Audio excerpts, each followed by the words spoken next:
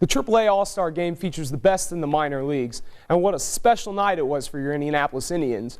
Well, Tony Sanchez, that is, he stole the show. Here's the second inning. Sanchez rears back and hits a bomb to deep right field. That's a 3-run shot, and it gives the International All-Stars the lead. They go on to win. Sanchez was named the top player thanks to that big hit. The Indiana-Kentucky All-Star Series is the biggest rivalry in the state. But for some players and coaches, it means a lot more than just one game. The Indiana Pacers were one game away from making it to the NBA Finals. They're hoping that these draft workouts bring about some new talent, maybe even some local talent to get to the finals next year. The 2013 NBA Draft will be very important this year, especially for the Indiana Pacers. After losing to the Heat in the playoffs, the Pacers have many needs to fill before next season.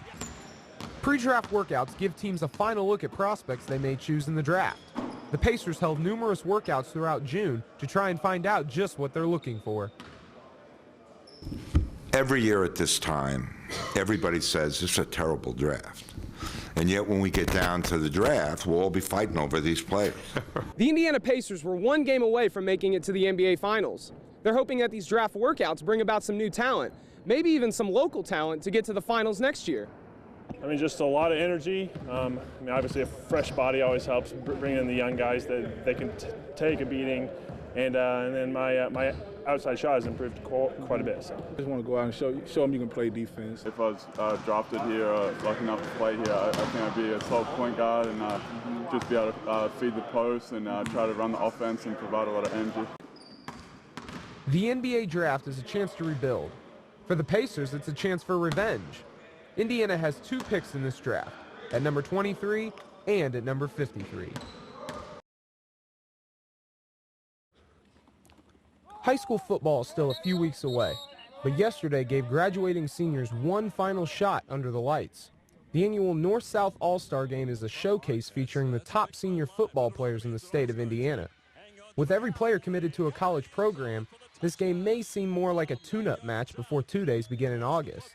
There are no trophies, awards, or celebrations. But for these seniors, it means a lot more than you think. I didn't even know I was going to be in the game, and I was filling in for one of the other quarterbacks. So just to get this chance to play in one last high school game with all the high school players is really fun for me, and I'm going to embrace it. When this game is over, it signals the end of a 4-year run, a time that these players will always remember. This is also the final time that these guys will be able to call themselves high school football players. It's neat because that'll be a big thing on Friday night. This will be your last night to turn the lights on a Friday night, call yourself a high school player, play under high school rules. It's a unique, rewarding thing that I think will carry them and something that will last for a lifetime for them. The competition is tough this year, but that's one thing these players will take from this game. They just want to go out, have a great time, and hopefully get a win. Everyone wants to be out here, and just to be chosen to be out here to compete with the highest level that was in high school football. I think everyone wants to win, even though it is kind of a little friendly game, but everyone's competitiveness shows and everyone wants to win. Every football player remembers playing Friday night under the lights. It's about tradition, it's about pride, and more importantly, school spirit. This North-South game marks an end to that era, a game they will always cherish. But more importantly, it's about having fun and playing your best for the last time. That's the good news. It was not directly head-to-head, and I'm glad to see that. And Drake was one of the first ones over there.